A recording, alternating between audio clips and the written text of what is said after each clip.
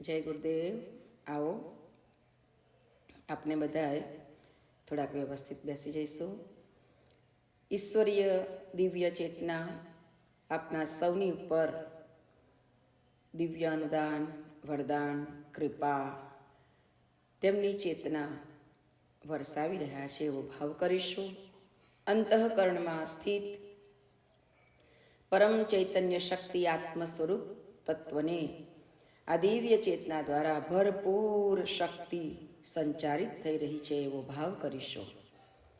પરમ પૂજ્ય ગુરુદેવના અવાજ સાથે કરેલા ગાયત્રી મહામંત્ર દ્વારા બ્રહ્માંડીય ચેતના જ્યારે આપણા આત્માની સાથે એકાકાર થાય છે ત્યારે એવો ભાવ કરીએ કે આપણી ઉપર પરમ કૃપાળુ પરમાત્માની દિવ્ય અનુકંપા વરસી રહી છે. ભાવ કરીશું કે જેવી રીતે એક મોબાઈલને ચાર્જિંગ કરવો પડે, એક બેટરીને ચાર્જિંગ કરવી પડે, એવી જ રીતે આજે મારો આત્મા રિચાર્જ થઈ રહ્યો છે. ચાર્જિંગ બરાબર પાવરફુલ હોય તો આખો દિવસ મોબાઈલ વપરાય. એમ દરરોજ સવારે આપણી ઉપાસનાનો ક્રમ અને સાપ્તાહિક સ્વાધ્યાયનો ક્રમ એ આપણું એક ચાર્જિંગ છે. ચિંતન, મનન અને નિધિધ્યાસન એ આપણા જીવનમાં નિરંતર ઉત્તમ કર્મ કરવા માટેનો એક ખોરાક છે. ઉત્તમ પાકને પકવવા માટે જેમ ખાતર પાણી આપવામાં આવે એવી જ રીતે આ આત્માના કલ્યાણ માટે ઉત્તમ તેનું નિરંતર સતત ઉત્તરોત્તર એની પ્રગતિ થતી રહે, આત્મશોધન, આત્મવિકાસ અને આત્મકલ્યાણ થતું રહે એ માટે સતત સ્વાધ્યાય, ચિંતન, મનન, નિધિધ્યાસન એ આપણા જીવનમાં હોવું જોઈએ. તો આ પરંપરા આપણને પરમ પૂજ્ય ગુરુદેવ દ્વારા પ્રાપ્ત થઈ. આપણા સૌના પ્રેમ, સાથ, સહયોગ અને અંતરની ભાવના સ્ફુરિત થઈ ત્યારે આપણે આ કાર્યમાં સામેલ થઈ શકીએ છીએ. સતત સાપ્તાહિક સ્વાધ્યાયમાં બેસીએ છીએ અને આપણી અંતર આત્માને આપણે રિચાર્જ કરીએ છીએ. આવો અંતરથી પ્રાર્થના કરીશું. હે પરમ કૃપાળુ પરમાત્મા, હે જગતપતિ પરમાત્મા, હે નાથ, આજે અમે તમારા બાળક બનીને તમને સ્મરણ કરી, તમારું સ્મરણ કરતાં કરતાં તમારી ચેતનાને અમે આત્મસાત કરીએ છીએ ત્યારે તમે અમારી અંદર એવી પરમ દિવ્ય શક્તિ ભરી દો કે નિરંતર સંસારમાં રહેતા રહેતા પણ સતત મન મારું તાહેરી પાસ રહે, તમારું સ્મરણ કરતું રહે, તમને જ ઝંખ્યા કરે એ હૃદયની ભાવના સાથે સંસારના સર્વ જીવોના કલ્યાણની કામના કરતા એક સાથે એક સ્વરમાં સ્વસ્વર ગાયત્રી મહામંત્રનું ઉચ્ચારણ કરીશું. ઓમ ભૂર્ભુવઃ સ્વઃ તત્સવિતુર્વરેણ્યં ભર્ગો દેવસ્ય ધીમહિ ધિયો યો નઃ પ્રચોદયાત.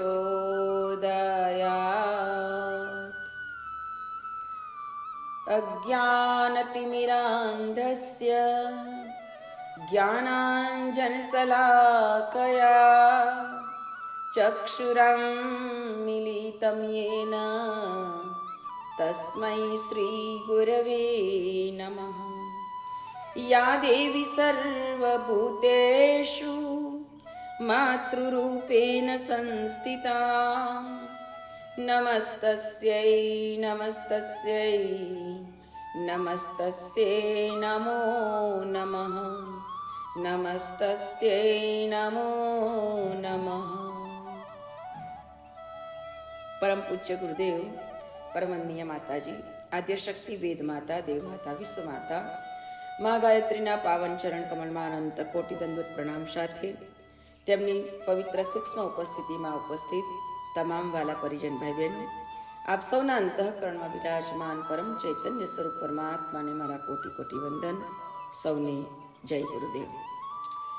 આજનો આપણો સાપ્તાહિક સ્વાધ્યાય આપણને કદાચ એવો પ્રશ્ન થયા કરે કે વારંવાર તમે એમ કહો છો કે સ્વાધ્યાય કરો, સ્વાધ્યાય કરો, સ્વાધ્યાયમાં બેસો, સ્વાધ્યાયમાં બેસો, તો એનું શું મહત્વ છે? કેમ આપણે સ્વાધ્યાયમાં બેસવું જોઈએ? સંતો સાધુ મહાપુરુષોએ પણ સતત કીધું કે સતત સ્વાધ્યાય એ આપણા જીવનને ઉપર ઉઠાવે છે. સ્વાધ્યાયનું એવું કયું મહત્વ કે જે આપણને સતત પ્રેરિત કરે છે. પરમ પૂજ્ય ગુરુદેવ પણ વારંવાર કહેતા કે બેટા, બિનુ સત્સંગ વિવેક ન હોય, બિન હરિ કૃપા સુલભ નહીં સોઈ. આ સંતોની જે વાણી છે ને, એની પાછળ એક ગૂઢાર્થ રહસ્ય રહેલું છે.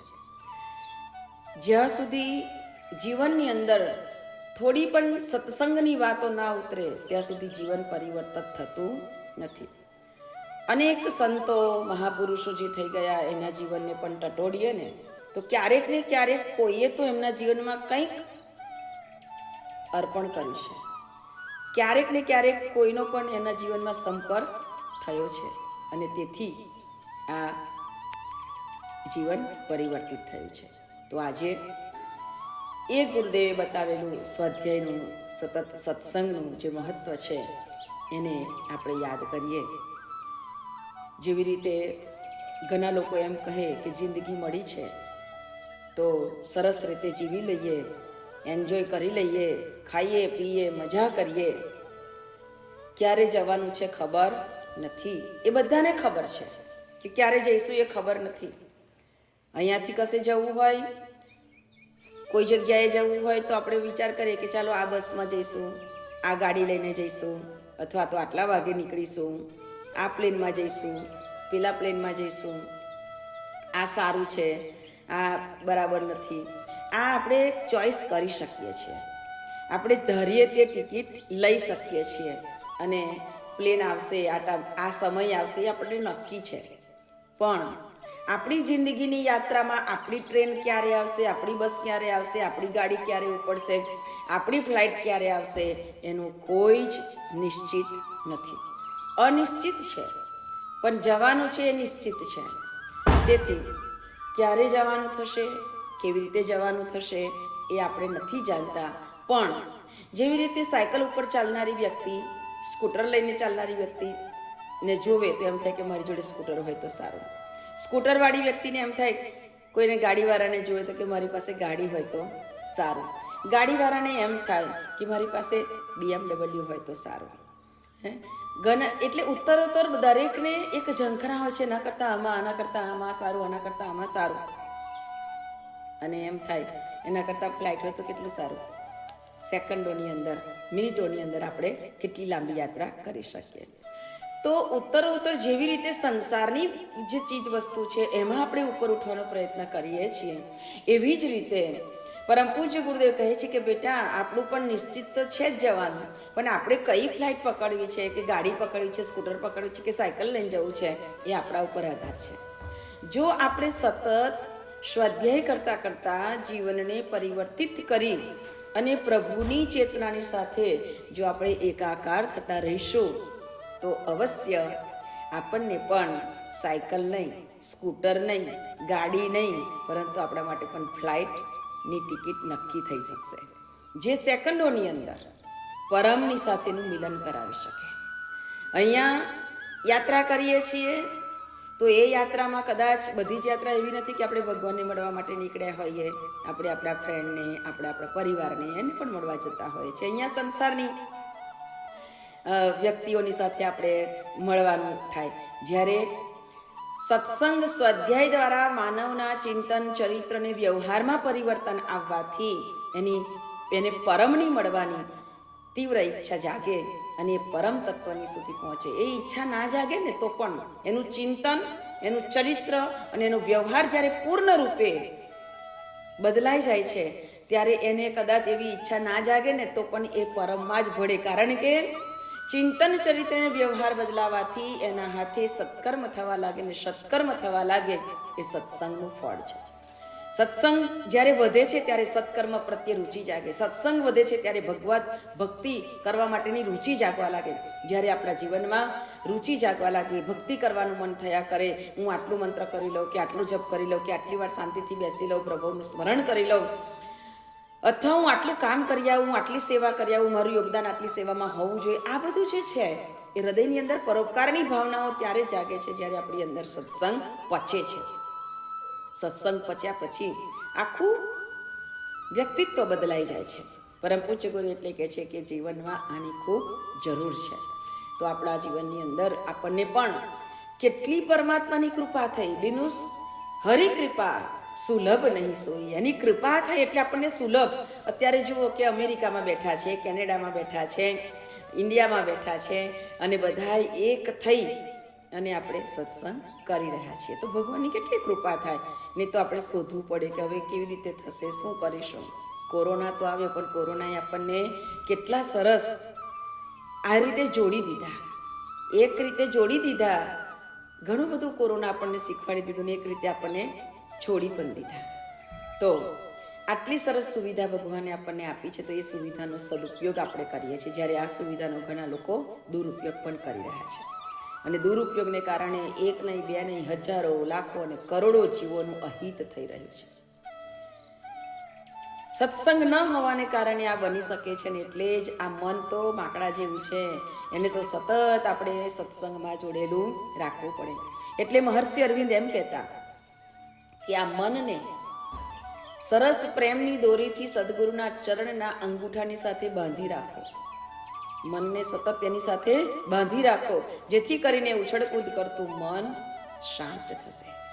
એટલે નિરંતર કામ કરતા હોઈએ ને તો પણ ગુરુ ચરણોનું ધ્યાન કરતા જઈએ, ગુરુ મંત્રનું સ્મરણ કરતા જઈએ, કે જેથી કરીને આ મનમાં ખોટા વિચાર ના આવે. અને ખોટા વિચારોથી જો આ મન બચી જશે તો આપણું જીવન પણ ધન્ય બની જશે. કારણ કે મન જ આપણને માર ખવડાવે, મન જ આપણને માલ ખવડાવે. તો આ મનને સાધી શકાય સત્સંગથી. એટલે સત્સંગનું ફળ બહુ અદ્ભુત બતાવાયું છે. જ્યારે એક રેલવે સ્ટેશન ઉપર એક નાનો સરખું બાળક મજૂરી કરતો હતો. એટલે કોઈ ઉતારું ઉતરે, મુસાફર ઉતરે તો એનો સામાન એના ઘર સુધી પહોંચાડી આવે. એક ટ્રેનમાંથી એક શેઠ ઉતર્યા. આ શેઠ ઉતર્યા ને શેઠે બોલાવ્યો પેલા છોકરાને કે આઈ ભાઈ તમારો સામાન ઉચકીશ. એટલે પેલા છોકરાએ કીધું કે શેઠજી, હું તમારો સામાન તમારા ઘર સુધી પહોંચાડી દઉં, પણ રસ્તે જતાં જતાં તમારે મારો સત્સંગ સાંભળવો પડશે. શેઠે કીધું ભાઈ એવું બધું મને ના ફાવે, એ બધું તારે મને નહીં ચાલે, હું બીજા માણસને લઈ લઈશ. શેઠે ઘણા ફાફા માર્યા પણ કોઈ મળ્યું જ નહીં. અને બધા જ ઉતારો જે ઉતરેલા હતા મુસાફરો બધા પોતપોતાની રીતે જતા રહ્યા. હવે શેઠ એકલા સ્ટેશન ઉપર રહ્યા અને પેલો છોકરો હતો. શેઠે વિચાર કર્યો કે કંઈ વાંધો નહીં, ભલે ને એ બોલ્યા કરતો, મારે મારી ધૂનમાં જ ચાલવાનું છે ને મને શું ફેર પડવાનું છે. એટલે શેઠે કહ્યું કે કંઈ વાંધો નહીં, તું સત્સંગ કરજે, હું સાંભળીશ, ચાલ ઉઠાવ. એટલે છોકરાએ સામાન ઉઠાવ્યો, માથે મૂક્યો અને ચાલતા ચાલતા ચાલતા એને સત્સંગ શરૂ કર્યો. શેઠને કીધું હતું કે હોંકારો ભરતા જજો. તો કે હા વાંધો નહીં. એટલે પેલો બોલતો જાય, શેઠ હા હા કરતા જાય. ઘર આવી ગયું એટલે સામાન ઉતાર્યો, શેઠે પૈસા આપી દીધા. એટલે છોકરાએ જતાં જતાં કહ્યું કે શેઠજી, સત્સંગ સાંભળ્યો, કેવો લાગ્યો? શેઠે કહ્યું કે ભાઈ એવું બધું મારા મનમાં તો કશું અત્યારે છે નહીં. કેવો લાગ્યો એટલે મને આમાં તાતી વાતો હતી તે થોડી સંભળાતી હતી ને થોડું મારું મન મારા બીજા ધંધાની અંદર આમ તેમ ફરતું હતું, એટલે મને એવું બધું બહુ યાદ નથી, પણ થોડું ઘણું તો યાદ છે ને. તો કે હા એવું થોડું ઘણું યાદ છે. તો કે કંઈ વાંધો નહીં શેઠજી, તમે સત્સંગ મનથી સાંભળ્યો કે કમ અને સાંભળ્યો, પણ સાંભળ્યો ખરો, પણ તમારું થોડા જ દિવસોની અંદર મૃત્યુ છે. એટલે પેલા શેઠ વિચાર કરવા લાગે કે આટલો નાનો છોકરો છે, મને સત્સંગ સંભળાવે છે ને પાછો એમ કહે છે કે થોડા દિવસમાં મૃત્યુ છે. તું જા, એમ કે ખોટી ખોટી મગજમારી ના કરીશ. તો કે ના શેઠજી, હું તમને કહું તે સાચું છે. એમ કે મને ઈશ્વરીય એવું જ્ઞાન છે ને એટલે હું તમને કહું છું. એટલે હું બીજું કશું નથી કહેવા માગતો, પણ તમને જ્યારે લઈ જવામાં આવે ને, જે આવે તે યમના દૂતો આવે કે ભગવાનની પાર્ષદો આવે, જે આવે તે એમને એટલું કહેજો, તમને જ્યારે પૂછશે ચિત્રગુપ્ત થઈ લઈ જશે એટલે કે તારે પાપનું ફળ પહેલું ભોગવવું છે કે પુણ્યનું ફળ પહેલું ભોગવવું છે, તો તમારે એટલું જ કહેવાનું છે કે મારે મારા પુણ્યનું ફળ જોવું છે, મારા પુણ્યનું ફળ જોવું છે, એટલું કહેજો. તો શેઠે કહ્યું કે ભલે, એને બીજી બધી વાતો તો યાદ નથી, પણ આટલી વાત યાદ એને રહી, કારણ કે મોત સામે બતાવ્યું હતું. સમય વીત્યો, છોકરો તો જતો રહ્યો. સમય વીત્યો અને શેઠનું મૃત્યુ પોકાર્યું. યમરાજા આવ્યા, શેઠના પ્રાણને લઈને જાય છે. ચિત્રગુપ્તને કહે છે કે ભાઈ હવે આનું જે કંઈ કરવાનું હોય એ કરો.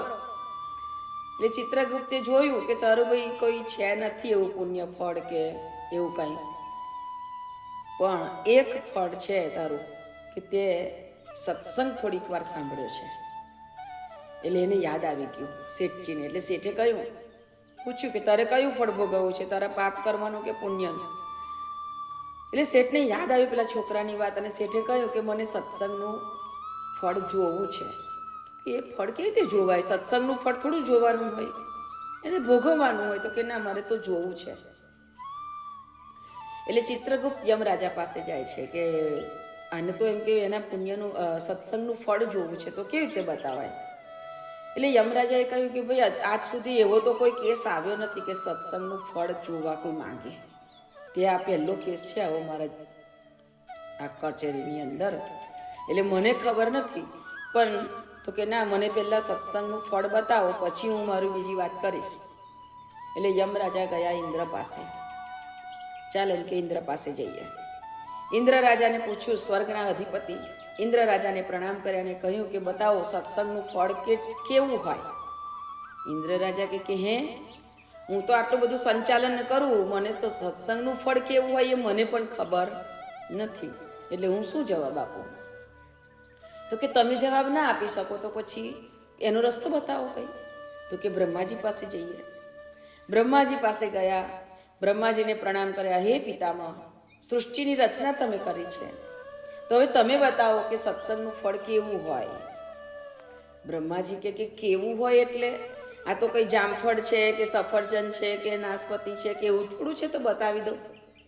સત્સંગનું ફળ કેવું છે એ જોવું હોય તો એ તો મને ખબર નથી. એમ કે અરે તમે તો વિધિના લેખ લખનાર છો, તમે તો વિધિ છો અને તમે નાખો છો. તો કે હા, મને એમાં ખબર નથી. એવું હોય તો ચાલો દેવોના દેવ મહાદેવ પાસે જઈએ, જે વિશ્વગુરુ છે એમની પાસે એનું ફળ હશે. વિશ્વગુરુ પાસે ગયા, કૈલાસમાં ગયા બધાય. પછી તો યમરાજા, ચિત્રગુપ્ત, પેલા શેઠ, ઇન્દ્રદેવ, બ્રહ્માજી બધાય દેવાદિદેવ મહાદેવ પાસે ગયા, પ્રાર્થના કરી. મંગલમ દેવદેવેશ અખિલમ મંગલેશ્વર, નમઃ પાર્વતી પતય, હર હર મહાદેવ હર. ભગવાન ભોલાનાથે કહ્યું કે ઓહો, આટલી બધી સેના કેમ આવી? શું છે ભાઈ? તો કે ગૂંચવાડો છે. શેનો ગૂંચવાડો છે? તો કે આ એક શેઠને લઈને તો આવ્યા, પણ આ શેઠે તો એવો પ્રશ્ન ઊભો કર્યો કે અમારા બધાની પાસે જવાબ જ નથી. એટલે દેવાદિદેવ મહાદેવ, વિશ્વગુરુ, જગતપતિ પરમાત્મા કહે છે કે બોલો શું? તો કે સત્સંગનું ફળ આને જોવું છે. તો કે ભાઈ સત્સંગનું ફળ તો કેવી રીતે બતાવું? એ તો જોવાય નહીં, એ તો ભોગવાય. તો કે ના, પણ મારે તો જોવું છે. એટલે હવે છેલ્લા સમય ઉપર લઈ ગયા પછી તો એની ઈચ્છા પૂરી કરવી પડે. એટલે દેવાદિદેવ મહાદેવ કહે છે કે હવે એ તો મારાય મગજમાં કંઈ આવતું નથી. કદાચ હું કંઈક બતાવું તો કદાચ ઓછું પડે, વધારે થાય, એવું કંઈક થાય. એના કરતાં આપણે નારાયણ પાસે જઈએ. એટલે બધાય નારાયણ પાસે આવ્યા કે ચાલો હું પણ જાણું તો ખરા. એટલે બધી ટોળી પાછી વૈકુંઠમાં પહોંચી. ક્ષીરસાગરમાં શેષ સૈયા ઉપર સૂતેલા લક્ષ્મીજી જેના ચરણની સેવા કરે એવા અખિલ જગતના સ્વામી નારાયણ પરમાત્માને બધાએ જઈને પ્રાર્થના કરી. મંગલમ ભગવાન વિષ્ણુ મંગલમ ગરુડધ્વજ મંગલમ પુંડરીકાક્ષ મંગલાયતનો હરિ. સર્વનું હિત કરનાર, સર્વનું મંગલ કરનાર, જેનું સ્મરણ કરતા મંગલ થવા લાગે, જેનું ધામ મંગલ, જેનું નામ મંગલ, એવા મંગલોના અધિપતિ હે પરમ કૃપાળુ પરમાત્મા, હે લક્ષ્મીપતિ, અમે તમારા ચરણમાં નમસ્કાર કરીએ છીએ. અમારા હૃદયની જે પ્રાર્થના છે સ્વીકારો અને અમને રસ્તો બતાવો. બધાએ વંદના કરી. નારાયણ ખુશ થયા. કહો કેમ આવવું પડ્યું? એટલે યમરાજાએ કહ્યું કે આ શેઠજીના જીવનના લેખાજોખા જોયા. એમને કહ્યું કે તમારું આ બધું પાપ, આ પુણ્ય પુણ્યમાં સત્સંગ એકલો કરેલો છે, બીજું કશું જ એમને કોઈ સારું કામ કર્યું નથી કે નથી ભગવાન તમારું સ્મરણ કર્યું. છતાંય તમે એને પાળ્યો પોસ્યો, કેટલો સરસ મોટો નગર સેટ બનાવ્યો, પણ એના પુણ્યના નામમાં મીંડું છે, પણ એ થોડોક સત્સંગ એને કરેલો છે. હવે એને સત્સંગનું ફળ જોવું છે. નારાયણ હસ્યા. નારાયણે કહ્યું કે અરે સત્સંગનું ફળ જોવું છે તો જોઈ લે એમ કે. તો શેઠે કહ્યું કે શું જોવું? શેઠની આત્મા બોલે છે કે શું જોવું? ત્યારે નારાયણે કહ્યું કે તે થોડો સત્સંગ કર્યો, સત્સંગનો કોઈ બોલ યાદ ના રાખ્યો, પણ સત્સંગ કરાવનાર વ્યક્તિએ તને એટલું કીધું હતું કે સત્સંગનું ફળ જોવું છે એટલું તું બોલજે. આ એટલો બોલ પણ તે હૃદયમાં ઉતાર્યો ને, એટલે આજે તારી સામે તપ કરી કરીને મરી જાય, છતાંય અંદરના કામ, ક્રોધ, લોભ, મદ, મોહ, ઈર્ષા, રાગ, દ્વેષ, અહંકાર એવા નડે છે વ્યક્તિને. તપસ્વીઓને પણ, સિદ્ધોને પણ, સંસારીઓને પણ, વૈરાગીઓને પણ. એટલે મારા દર્શન નથી કરી શકતા, પણ તે થોડો સત્સંગ કર્યો અને આજે તે મારા દર્શન નહીં, દેવાદિદેવ મહાદેવ, નારાયણ, બ્રહ્માજી, સ્વર્ગના અધિપતિ ઇન્દ્રદેવ અને યમરાજા સહિત, ચિત્રગુપ્ત સહિત તે આટલા બધાના દર્શન કર્યા. એ સત્સંગનું ફળ છે. આ સત્સંગનું ફળ છે કે તને નારાયણના દર્શન થયા. સત્સંગનું ફળ છે કે તને આ ત્રિલોકને ચલાવનાર, આ સૃષ્ટિની રચના કરનાર, ઉત્પત્તિ, સ્થિતિ અને લય કરનારા એ ત્રણેય દેવોની સાથે, ત્રણેય ચૈતન્ય શક્તિની સાથે તને આ બધાના દર્શન થયા ને, એ એનું ફળ છે. આ જોઈ શકાય. પરમ પૂજ્ય ગુરુદેવ કહે છે કે બેટા, જીવનમાં જ્યારે પણ થોડોક પણ સત્સંગ અંતરમાં પચી જાય છે, ત્યારે એનું આવું અદ્ભુત પરિણામ પ્રાપ્ત કરી શકે છે. તેથી સત્સંગના બોલને હૃદયંગમ કરીએ અને આપણી પરિસ્થિતિઓ, સંસારની પરિસ્થિતિઓની સાથે તાલમેલ બેસે ના બેસે, પણ એને કેવી રીતે બેસાડવી એ સત્સંગથી શીખી શકાય. એટલે પરમ પૂજ્ય ગુરુદેવ વારંવાર કહેતા કે બેટા, પરિસ્થિતિ નહીં બદલાય, મનસ્થિતિને બદલો.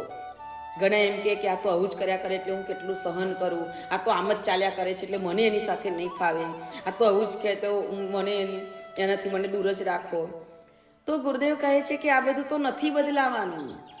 ઘણી વ્યક્તિ એમ કે આ સ્વભાવથી બહુ ખરાબ છે, એનો સ્વભાવ તો નથી જ બદલાવાનો. કારણ કે એ જ્યાં સુધી જાગૃત નહીં થાય કે મારી અંદર આટલી ખામી છે, મારે બદલાવવું જોઈએ, એ જ્યાં સુધી જાગૃત નહીં બને ત્યાં સુધી એ નથી જ બદલાવાનું. પણ આપણે એની સાથે રહેવાનું છે. તો આપણે કેવી રીતે રહેવું?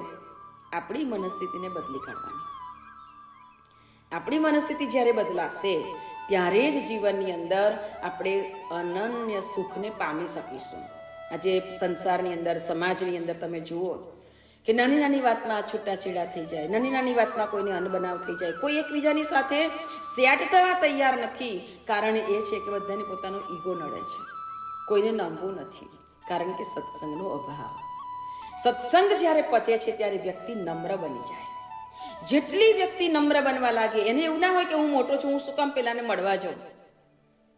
ઘણા એટલે મળવાના છે, એને મને મળવા ના આવવું જોઈએ, એને મને બોલાવવો ના જોઈએ, એને મને ફોન કરવો ના જોઈએ. એને ના કર્યું, એ ભૂલી ગયો તો આપણે કરી દેવાનું, આપણે સામેથી મળી આવવાનું. નાના થઈ જઈશું એવી જ્યારે બીક છે વ્યક્તિને, એવો ડર છે, અને એટલે જ એ વ્યક્તિ જીવનમાં પાછો પડે છે. પણ કોઈ સદગુરુ, એનો સત્સંગ જ્યારે જીવનમાં સ્થાપિત થાય છે ત્યારે વ્યક્તિની અંદર નમ્રતાના ગુણો આવવા લાગે.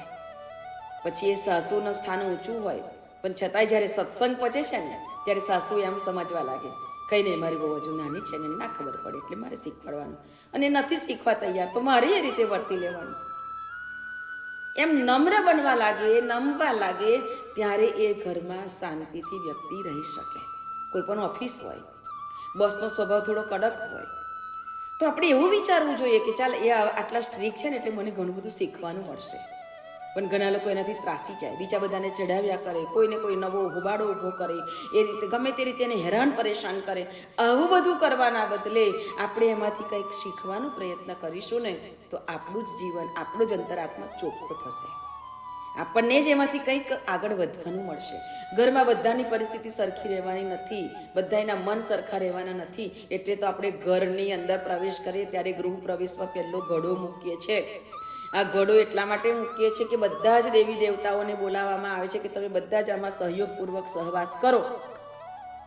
એવું જ આપણું આ ઘર, એની અંદર બધા જુદા જુદા જુદા માથા રહેવાના છે, પણ બધાના માથાના વિચારો અલગ અલગ છે. પણ એ બધાની વચ્ચે હું સ્નેહથી સંપથી રહી શકું એવી અમને બધાને સદબુદ્ધિ આપજો. ભગવાનને પ્રાર્થના કરતા જઈએ દરરોજ. આપણા જોબમાં એવું કંઈ થતું હોય, આપણા સમાજમાં, આપણા ફળિયામાં, આપણા ઘરમાં, આપણા પરિવાર, ત્યાં નિત્ય પ્રાર્થના કરીએ ત્યારે હે પ્રભુ સૌને સદબુદ્ધિ, સૌને ઉજ્જવળ ભવિષ્ય. સન 2000ની સાલનું આ સ્લોગન હતું. પરમ આદરણીય શ્રદ્ધેય ડૉક્ટર સાહેબ દ્વારા આપણને બતાવવામાં આવ્યું હતું, જીજી દ્વારા, કે બસ કશું ના આવડે તો આટલી પ્રાર્થના કરતા જાઓ અને ભાવ પહોંચાડતા જાઓ આખા વિશ્વની અંદર. બધાને સદબુદ્ધિ મળે અને બધાનું ભવિષ્ય ઉજ્જવળ બને. બસ કશું ના આવડે તો આટલું કરતા જાઓ. આપણા ઘરમાં બેઠા બેઠા પણ આટલું કરીશું. ઘરમાં સૌ પરિજનોને સદબુદ્ધિ મળે, સૌનું ભવિષ્ય ઉજ્જવળ બને. સૌને સદબુદ્ધિ મળે, સૌનું ભવિષ્ય ઉજ્જવળ બને. આપણી હૃદયની ભાવનાઓ એમના સુધી પહોંચી રહી છે એવી ભાવ કરતા જઈએ. અને એવો ભાવ કરતા જઈશું તો એકના એક દિવસ આપણા અંતરની પ્રાર્થના, આપણા અંતરની ભાવનાઓ એમના અંતઃકરણને સ્પર્શ કરશે અને કરશે જ. અને જીવન ધીરે ધીરે ધીરે ધીરે સ્મૂથ બનતું જશે. તો આપણા બધાનું જીવન સ્મૂથ બનતું જાય અને બધાના જીવનમાં એક દિવ્ય સંપદા પ્રાપ્ત થાય એવી જ અંતઃકરણની પ્રાર્થના આજના સ્વાધ્યાય સત્સંગમાં સદગુરુના ચરણોમાં અર્પણ કરીએ કે હે ગુરુદેવ, આપની કૃપા થઈને એટલે અમે આટલો સરસ સત્સંગ નિત્ય સાપ્તાહિક સ્વાધ્યાય કરી શકીએ છીએ. સતત આપની પ્રેરણા, આપનું આ દિવ્ય અમૃત ઝરણું અમને પ્રાપ્ત થાય એ જ અંતઃકરણની મંગલ પ્રાર્થના સાથે આજના વાણી પુષ્પને સદગુરુ ચરણમાં અર્પણ કરું છું. સૌને જય ગુરુદેવ.